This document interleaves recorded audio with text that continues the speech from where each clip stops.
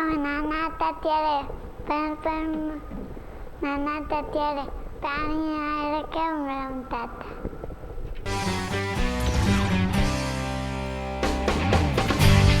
અમે તો પહેલાં તો બધી જુદી જુદી એક કોચમણી આવતી હતી, એ કોચમણીએ રમ્યો છું.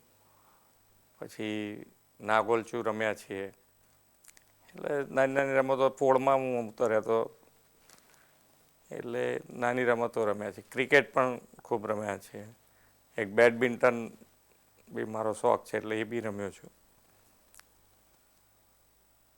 બાકી તો ખોખો રમ્યા છે થોડું ઘણું. કબડ્ડી નથી રમ્યો,